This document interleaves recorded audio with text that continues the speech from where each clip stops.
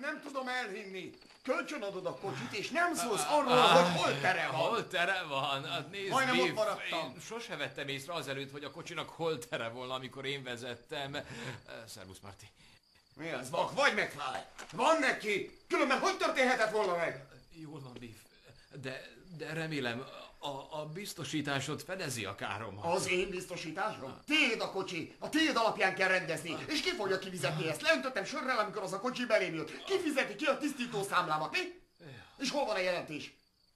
Hát még nem fejeztem be teljesen, de Nem. tudod, én arra gondoltam, mivel csak hétfőre kell. Halló, van itt valaki, mi? Gondolkozz, McFly, gondolkozz! Arra is idő kell még, hogy legépeltessem. Képzeld csak el, mi történne, ha a jelentésemet a te kézírásoddal adnám be. Kirúgnának! Azt te sem akarhatod, nem igaz? Nem igaz? Persze, hogy nem, Biff. Hogy az örökbe akarhatnám?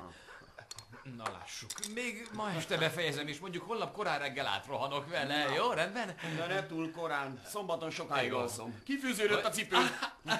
Nem kell mindennek bedőlni, McFly. Szépen berendeztétek a lakást. Elhozatom a kocsidat egészen a házig, és ilyen vacak sörrel traktálsz.